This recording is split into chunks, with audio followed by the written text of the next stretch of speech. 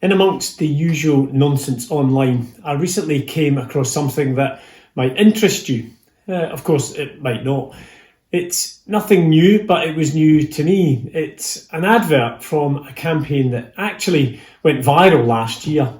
A campaign aimed at challenging perceptions and confronting preconceived ideas. On first viewing, it's a video of the French men's football team, Les Bleus, playing football.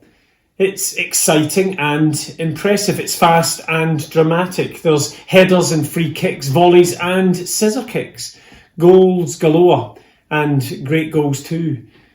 But then, halfway through, the video is replayed and deconstructed, and it turns out that the players we've been watching are not men at all. Deepfake technology had been used to instead showcase the skill of the French female team. The faces of Mbappe, Griezmann and others had been superimposed onto the bodies and highlights of their female counterparts. The ad was prompted by research that suggests that despite the increased visibility of women's football, over 2/3 of male football fans still hold negative attitudes towards the women's sport. The ad was attempting to combat these biases by showing that women's football could be just as exciting as men's. It's creative, convincing, and certainly has a provocative message. It makes you think and think again. One of the many things I love about Jesus is how he continually and creatively challenges perceptions and confronts preconceived ideas. When you read accounts from his life and ministry, he's constantly making people think and think again. Time and again, he says to those around him, "You've heard it said, but I say to you."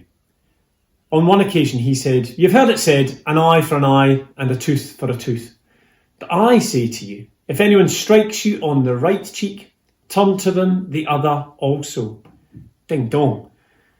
Elsewhere, he said, "You've heard it said, love your neighbour and hate your enemy.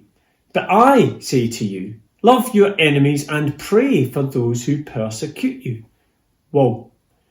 No deepfake technology in his day, but Jesus continues to combat our stereotypes and biases. He continues to challenge our habits, our traditions, our values and priorities. Whoever we are, it's usually not a bad idea to question why we think the way we do, why we believe what we do. Is it accurate, true, or helpful? Is there another way of thinking, another way of viewing or understanding things, other ways of living? As the viral ad reminds us, all is not always what it seems. Perhaps that's just as well. Perhaps we all need to think and think again.